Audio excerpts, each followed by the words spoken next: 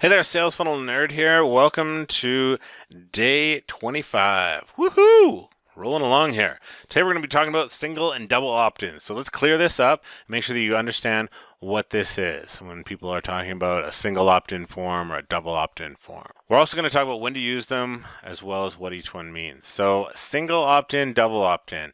So what that means is, I'm actually going to show you this on one of my pages so that you can kind of see it in action, but a single opt-in versus a double opt-in means when someone opts into your email list, do they just have to do one thing in order to get on, or do they have to do two things, right? Single, double. So what I mean by single, doing one thing, is that when they put in their name and their email address into the form and hit submit, immediately they get taken to the next page, the thank you page, wherever you want them to land. They don't have to do anything else in order to get to your download, your lead magnet, or the next step of things, right? So the difference is that in a double opt-in, they have to do two things. They have to fill out the form, name, email address, click submit, and then the next page is going to say, hey, go check your email. There's going to be a confirmation email in your inbox.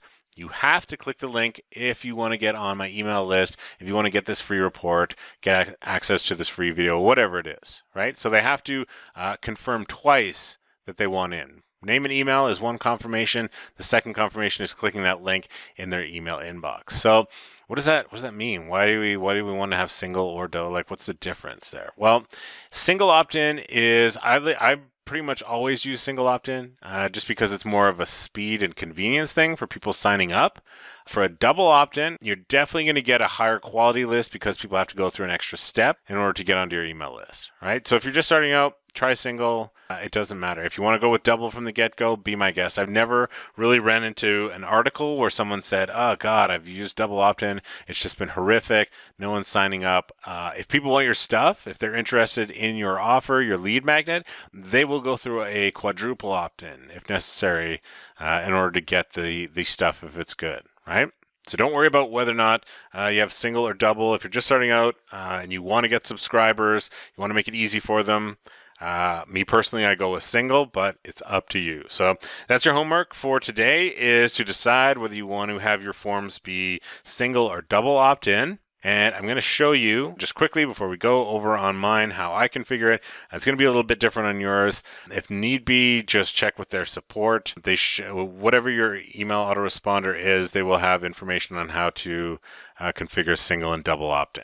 So on mine, you can see it's actually under the form section. So I'm back in test form 1 here. So under my confirmation settings, I can say that new subscribers get a confirmation email. Only new subscribers get a confirmation email. I can say that after every submission, anyone who it doesn't matter if they're on my list and they're signing up for something else, they get a confirmation email and they have to click that link. Or I can say never, nobody gets a confirmation email, they just get added to the list. That's it. So go ahead, choose single or double, whichever one you think is going to work best for you, and make that choice. And I will see you in the next video.